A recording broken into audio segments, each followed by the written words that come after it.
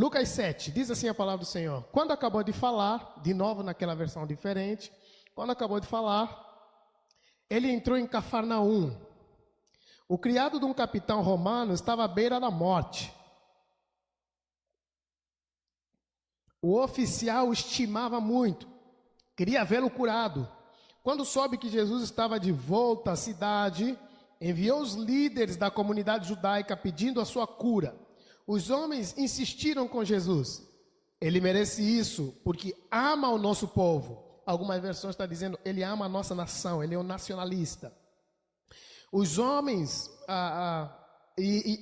até construiu nossa sinagoga. Esse soldado fez parte da construção da sinagoga.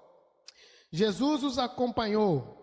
Ainda faltava muito para chegar, quando um grupo de amigos enviado pelo capitão veio ao encontro dele com esse recado. Senhor, não quero que o Senhor tenha todo esse trabalho. O Senhor sabe que eu não sou uma boa pessoa. Eu nem mereço a sua ajuda, mas basta uma ordem sua e o meu criado ficará bom. Sou homem que recebe e dá ordens. Eu digo a um soldado, vá, e ele vai. A outro, venha, e ele vem. Ao meu escravo, faça, e ele faz. Surpreso, Jesus declarou, eu ainda não vi esse tipo de fé singela em Israel. O povo que deveria saber como Deus atua. Quando os mensageiros chegaram à casa do capitão, encontraram o criado em perfeita saúde. Não muito depois desse episódio, Jesus resolveu visitar uma cidade chamada Naim. Seus discípulos estavam com ele e uma multidão imensa o seguia. Quando se aproximou da cidade, viram que estava passando um funeral. O filho de uma viúva ia ser sepultado. Quando viu a pobre mãe, cheia de compaixão, Jesus disse, não chore. Em seguida, tocou no caixão. Então os carregadores pararam. E foi aí que Jesus lhe ordenou, jovem, levanta-se. Na mesma hora ele se levantou e começou a falar. E Jesus o entregou à sua mãe. Todos perceberam que ali havia um santo mistério. Deus estava agindo no meio deles.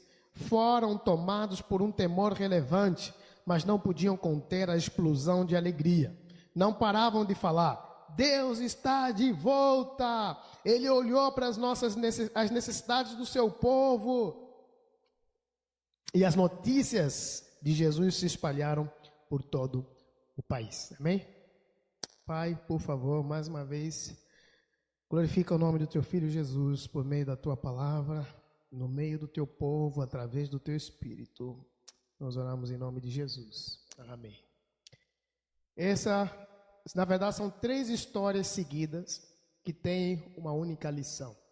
A primeira história é a história de um capitão do Império Romano que está dominando os judeus, e esse capitão ouviu falar de Jesus e ele se compadeceu do seu servo e pediu socorro a Jesus para a cura do seu servo, do seu soldado. A segunda história é a história de uma mulher que estava vindo com uma multidão para ir sepultar seu único filho, chorando, desesperada, e no caminho ela cruza com Jesus e a multidão que estava andando com Jesus. A terceira história é João Batista perguntando, você é mesmo aquele que nós esperaríamos que haveria de vir, ou tem outro que nós podemos esperar?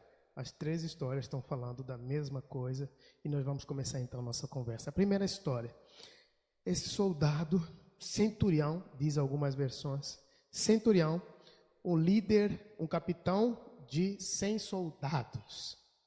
Esse capitão tinha um dos seus soldados que estava doente. Lucas fala doente, Mateus fala que ficou paralítico. Aconteceu alguma coisa que os evangelhos não falam.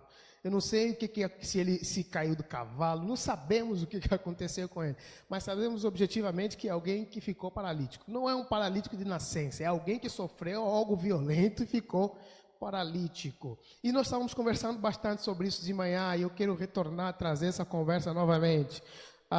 naquela época, você tem a mentalidade romana. A mentalidade romana, a mentalidade judaica é a mentalidade do levar, ou a mentalidade das emoções, do coração, da afetividade. Essa é a mentalidade dos judeus.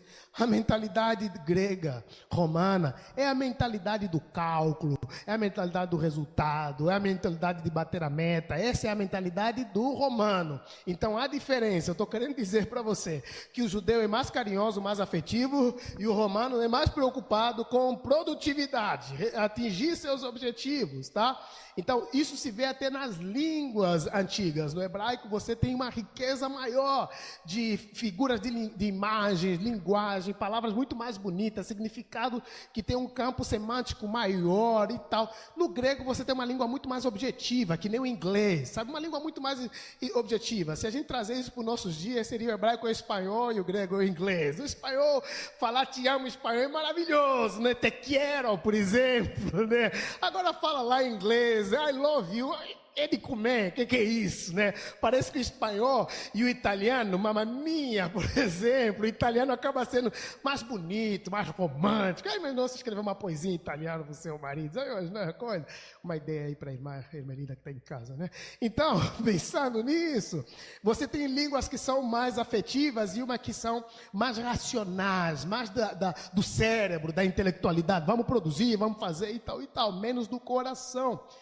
Então, se a cabeça desse capitão é uma cabeça mais, nos nossos dias chamaríamos secularista, aquele cara que se importa menos com os sentimentos, se preocupa mais com o resultado, e nós temos isso nas corporações, nós temos isso no mercado de trabalho. Você sabe que teu valor está na sua produtividade, não se engana, seu valor, ainda que seu chefe seja boa gente e fica toda, legal e tal, no fundo ele quer o quê?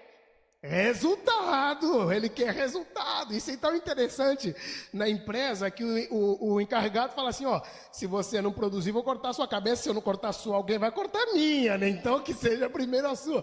O capitão vem dessa mentalidade, mas ele é um cara humano. E esse é o ponto que nós estamos conversando nesses dias. O resgate da humanidade. Ele é humano por quê? Porque se ele tem 100 soldados e um está ferido, e um está paralítico, então somente ele requisitar na sua figura de autoridade, olha, eu preciso recompor um novo soldado no meu time, porque eu estou com 99 e um está paralítico. Era só ele pedir recomposição. Por que se importar ao ponto de falar, eu quero a cura dele? Que soldado era esse? Por que era tão importante ele lutar e lutar pela cura desse soldado? Você tem, numa sociedade romana, do descarte, né? Se não atingir meus objetivos, eu jogo fora e trago outra pessoa. Se não atingir meus objetivos, vai para sua casa. Eu estava falando de manhã que as leis trabalhistas é uma coisa muito recente na nossa história da humanidade. Antigamente não tinha nenhum tipo de regramento, 40 horas semanais. Quem controlava isso de 40 horas semanais? Fala para mim. Quem controlava que tem que ter um espaço entre a hora do trabalho e a hora do sono? Quem controlava isso? Ninguém controlava. Quanto vale uma hora trabalhada? Quem controlava? Não faça o cálculo da sua, senão você chora. Quanto vale sua hora trabalhada? Não faça o cálculo da sua, deixa quieto, tá entendendo? Então não tinha nada disso. Isso, o trabalho, ele começa com um trabalho análogo, um trabalho escravo, entre uns que estão em cima, na escala do topo, estão trabalhando menos e lucrando mais, e os que estão abaixo estão trabalhando mais e não tendo nada de volta. A história está banhada assim. Isso não é uma realidade do Brasil escravista, não é. Isso é uma história da Inglaterra, é a história da França, é a história de Portugal, de todas as nossas civilizações. Os pobres construíram tudo que existe. Essa é a história das nossas civilizações, ok? Depois veio a conversa dos direitos humanos, depois isso foi acordado entre países, e depois, mas embaixo disso, muitas pessoas deram suas vidas, né? É interessante que tem uma música brasileira, um samba. Ixi, Jesus Cristo. Meu Deus. Tem um samba, que eu não vou falar o autor, vou falar o que ele diz, que nesse samba, ele fala que o nordestino estava andando com seu filho na rua e ele, eu não lembro exatamente as palavras exatas, mas o que eu lembro é o seguinte: estava andando com seu filho num desses lugares bonitos de São Paulo, um prédio todo vidrado, E ele olhou para aquele prédio, o filho falou, que bonito, né? Ele falou para o filho, nós é que construímos e hoje não nos deixam entrar lá. Fomos nós que construímos e hoje não nos deixam entrar lá.